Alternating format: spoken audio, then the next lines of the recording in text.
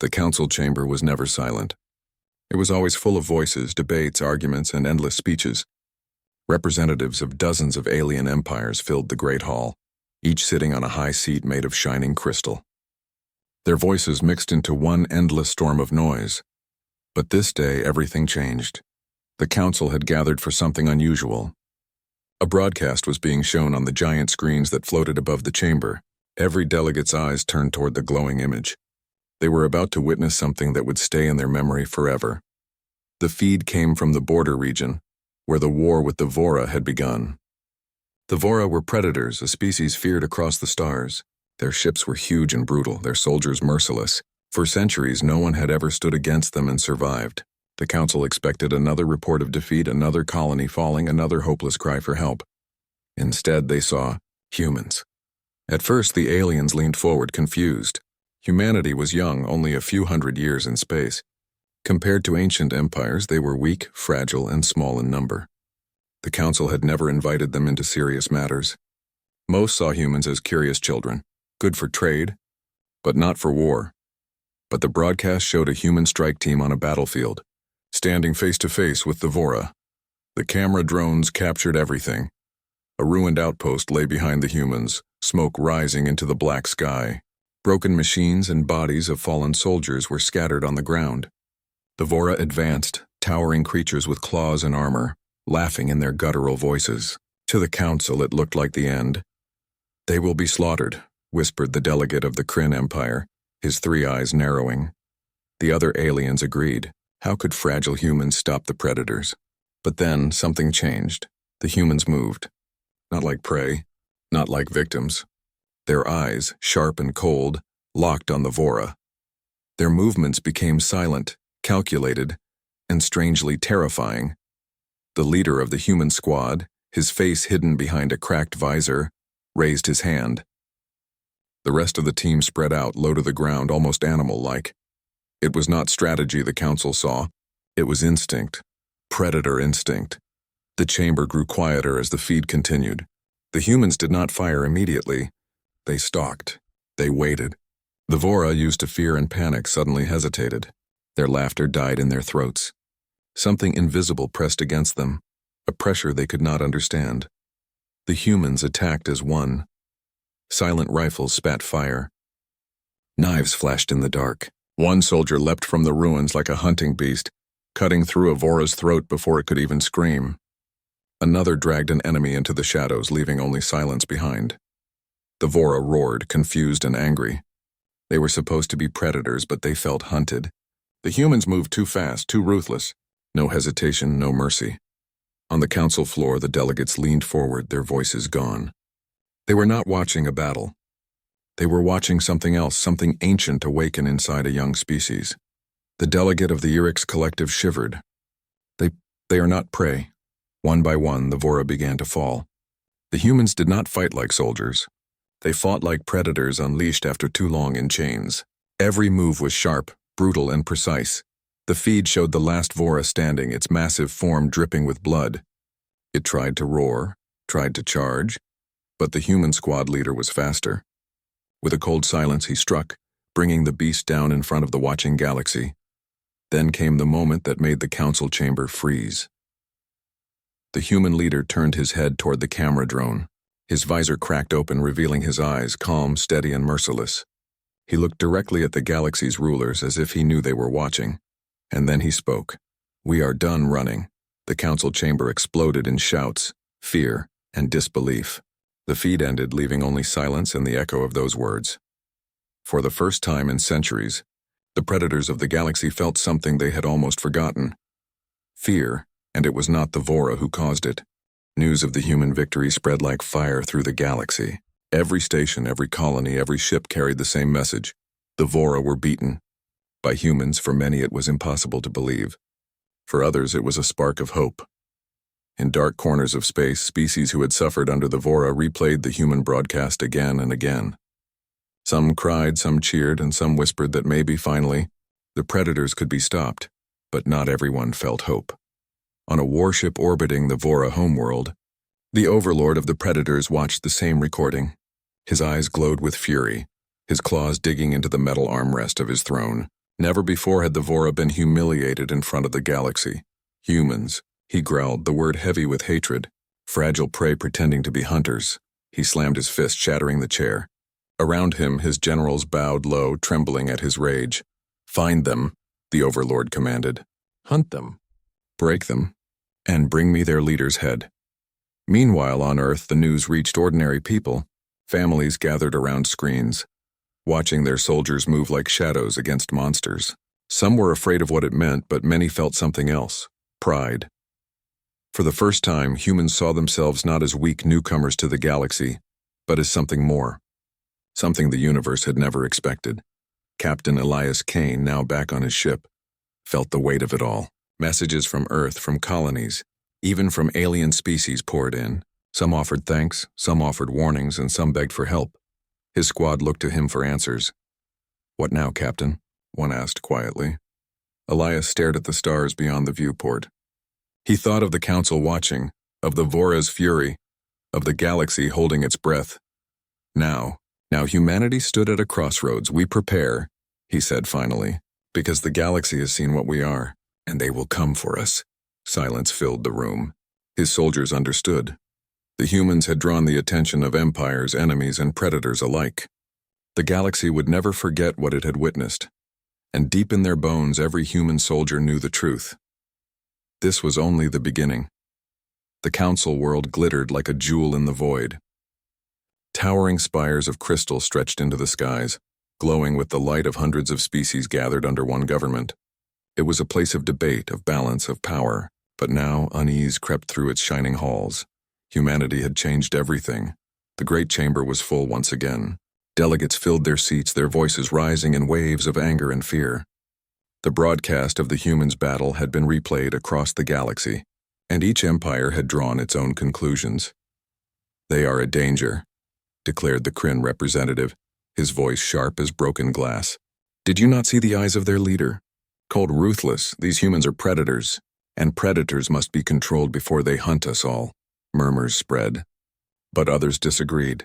The Luran delegate, his voice trembling yet firm, rose from his seat. "Controlled? Or perhaps allied. The Vora slaughtered my people for centuries. Alone we could never fight them.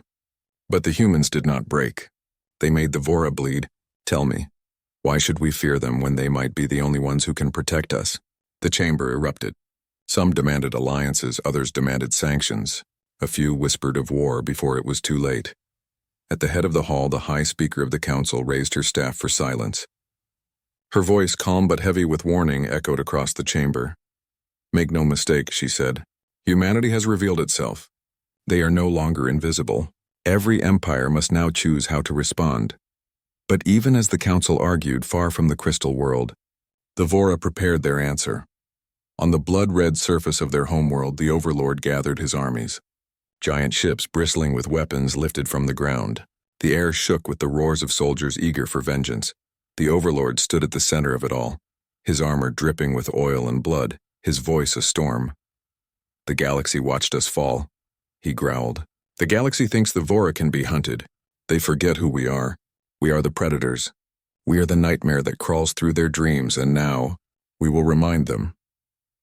The Vora war machine stirred, greater than anything the humans had yet faced.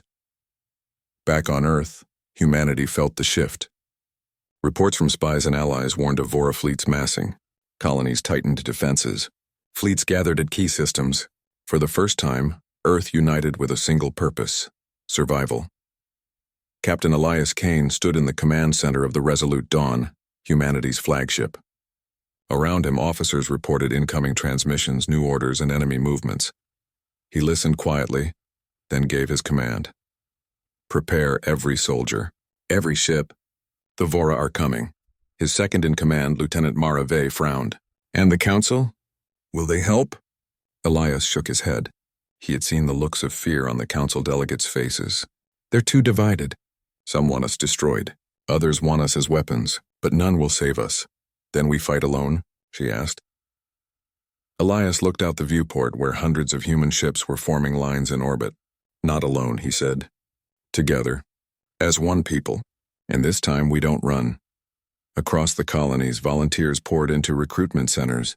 Engineers worked without rest, building weapons and ships.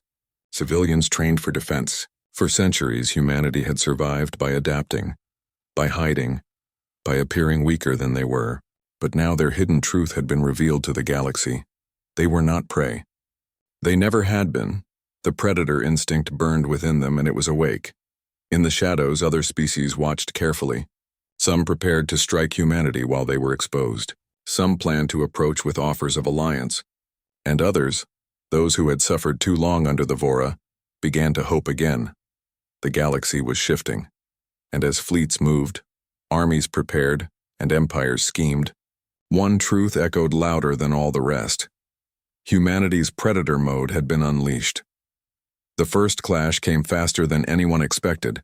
A human colony on the edge of known space, Arden Prime, was the target.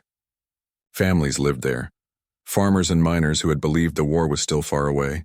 But the Vora did not give warnings. Their ships fell from the sky like burning meteors. The ground shook as claws tore through defenses, and towers of fire rose into the night. Civilians screamed and scattered as the predators advanced. For the first time since the broadcast, the galaxy would see if humanity's predator mode was real, or only a single miracle. Captain Elias Kane and his strike team arrived in orbit just as the colony burned. Through the viewport, he saw fire spreading across the land. He gave the order without hesitation: deploy. We fight here. Dropships cut through the clouds. Human soldiers stormed into the chaos, weapons ready. Civilians rushed to shelters as the battle lines formed. The Vora came in waves, towering and brutal. But this time the humans were ready. Elias moved like a shadow among his soldiers, his commands short and sharp. Flank left. Hold the ridge. No fear. His squad obeyed without hesitation. The fighting was brutal. Knives against claws, rifles against thick armor. The ground shook with roars and explosions, but the humans did not break. Instead, they adapted. They struck from shadows, set traps, used the ruins as cover.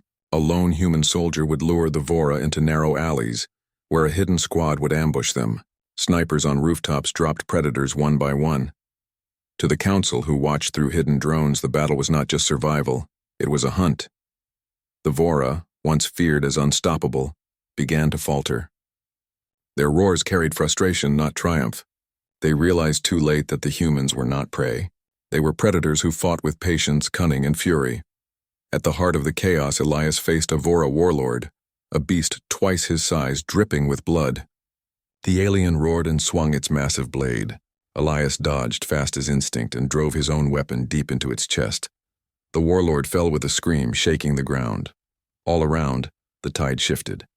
The Vora, shocked by their leader's death, pulled back. For the first time in living memory, they retreated. The battlefield grew silent. Fires burned, but humanity still stood. Civilians emerged from shelters, their eyes wide with awe at their defenders. Above the colony, council drones broadcast every moment. Across the galaxy, billions witnessed it live. The humans had not just survived, they had won, and the universe would never be the same. The galaxy trembled after Arden Prime. Every broadcast carried the same image: human soldiers standing among the ruins, smoke rising behind them, the bodies of Vora scattered at their feet. For the first time in living memory, the predators had been forced to retreat. Entire star systems buzzed with shock. On the council world, silence weighed heavy. The delegates had seen everything. They could not deny it. Humanity had defeated the Vora twice, and both times the galaxy had watched. The Kryn delegate hissed with anger. They are too dangerous. Look at them. If they can break the Vora, what will they do to the rest of us when they grow stronger? The Lurin delegate stood tall, fire in his trembling voice. You fear them because they are not weak. But for the first time, someone has shown us that the Vora can bleed. Should we not embrace them as allies? Should we not stand with them? The chamber split in two, fear on one side, hope on the other. Meanwhile, in the dark halls of the Vora overlord, rage burned hotter than fire. His warlord's death at Arden Prime was a wound too deep to ignore. Fleets gathered in vast numbers, stretching across entire star systems. The Vora would not stop until humanity was broken. They dare shame us before the galaxy, the overlord roared to his generals. Then we will end them before they can rise. We will hunt their worlds, crush their fleets, and drag their leaders in chains before my throne. The Vora drums of war thundered across the stars. Back on Earth, Humanity braced for the storm. Factories worked without pause, building warships faster than ever before. Colonies sent soldiers, weapons, and supplies. Families said tearful goodbyes as fathers, mothers, sons, and daughters marched to the front lines. In orbit above Earth, the Resolute Dawn led a growing fleet. Captain Elias Kane stood at the command table, maps of space glowing before him. His officers reported constant updates, scouts detecting Vora movements, council envoys sending cryptic messages, colonies begging for defense. Mara Vey, his lieutenant, looked at him sharply. "The council is watching, Captain.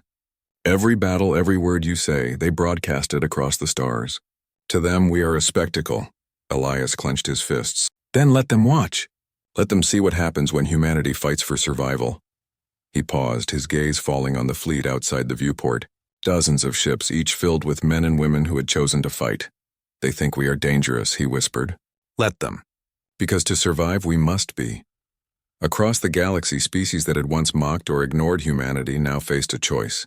Some secretly reached out, sending coded offers of alliance. Others prepared armies of their own, ready to crush humanity before they grew too strong. And many simply watched, waiting to see which side would win. The galaxy was no longer balanced. The predator and the prey had shifted places, and everyone knew it. Soon a storm would break, and in its heart, humanity stood, ready, waiting, and unafraid. The storm finally arrived.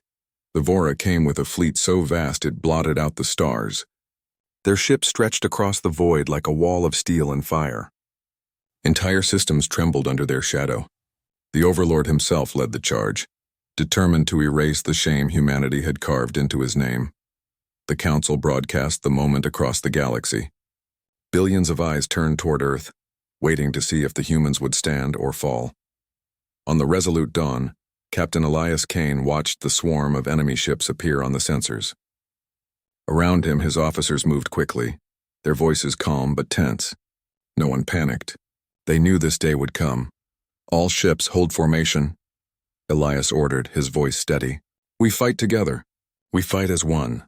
The human fleet braced for impact, missiles armed. Shields lit up.